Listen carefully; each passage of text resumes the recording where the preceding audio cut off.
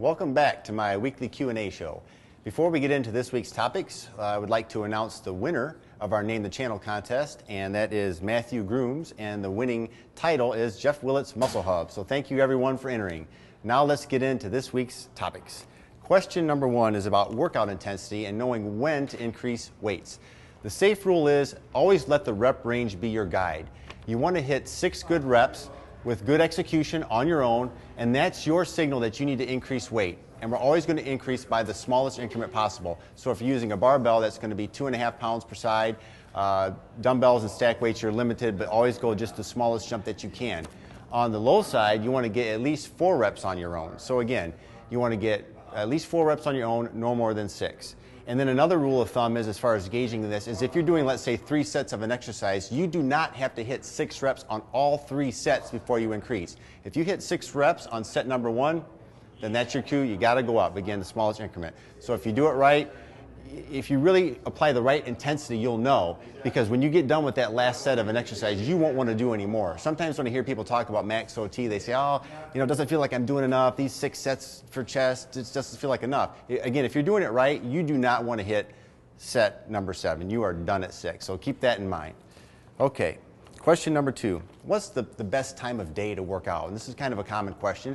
And I think, more important than the time of day, I think it's less about physiology and more about your schedule, really. I think the intensity is really the important part here. So if you're not a morning person, I don't really see an advantage to forcing yourself to get up early and work out. Again, I think it's better to apply, when you can apply the most intensity to your workout, and then follow that with meticulous nutrition. That's really the key. So I think that's more important. My personal preference was always early in the morning. That was just me. And I think the one small advantage to that is you do have the remainder of the day to supply that quality nutrition to really recover from that workout and stay anabolic all day long. All right, question number 3, training with injuries. I think it's important to understand that we want to work around injuries and not ignore them and try to work through them, because that's going to take potentially a small problem and turn it into something much bigger.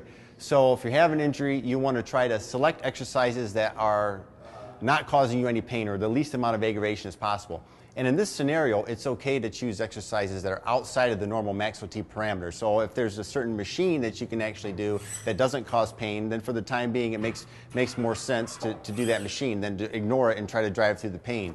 Also, don't be afraid to skip that workout completely for a couple cycles. If you have a problem and you're not able to do really any chest exercises, for example, don't be afraid to skip a couple chest workouts until you can do it pain-free. Again, there's more to gain from letting the area heal than to try to just motor through it and make the problem much, much worse. And it is probably a good idea that you seek the advice of a medical professional if something really lags for an extended period of time. All right. Number 4, what is my best mix of supplements? I like to look at it like this, kind of like building, if you're building a pyramid, you're going to start from the foundation and build up. And I think the 4 foundational supplements, as far as I'm concerned, are number 1, a good whey isolate protein. And for my money, AST Sports Science VP2 whey isolate, the absolute best there is. I think that's number 1.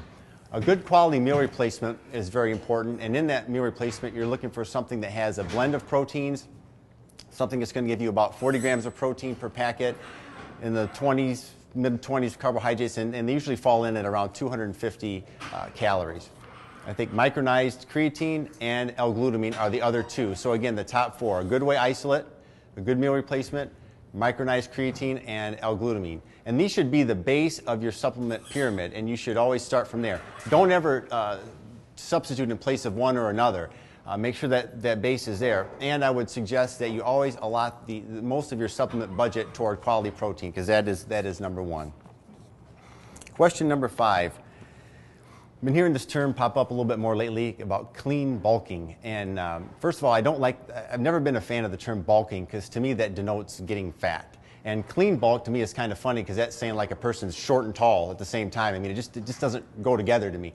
I think too many calories of any kind, whether they're coming from so-called clean foods or not, are going to contribute to you getting fat. And you don't need to gain fat to gain muscle. Gaining muscle is not simply about just piling on calories. If that were the case, we could all go eat Big Macs and ice cream and we would look great and be, building all kinds of muscle. And we all know that does not happen. So more important than calories, it's really about smart ratios, smart timing, and then consistency with that. And I do think total protein grams daily is also an important factor, spread throughout the day consistently. So again, I'm not really, I choose to look at it in terms of a maximum muscle building phase where we're really keying in on protein grams, quality nutrient timing, and then consistency with that protein. Well, that wraps up our 5 questions for today, but I would like to announce a very exciting Q&A seminar that I'm going to be hosting right here at Jeff Willet's Powerhouse Gym on Wednesday, June the 4th at 7 p.m. So for those of you in the area, it will be open to the public, $10 to attend, and I'm going to be covering, answering your questions and covering all kinds of topics related to body transformation and how to maximize that transformation. So stay tuned for more updates about that seminar, and you can, if you have any more questions, you can contact me through Facebook, Twitter, or email to get more information. So thank you for tuning in. Now let's go out and execute.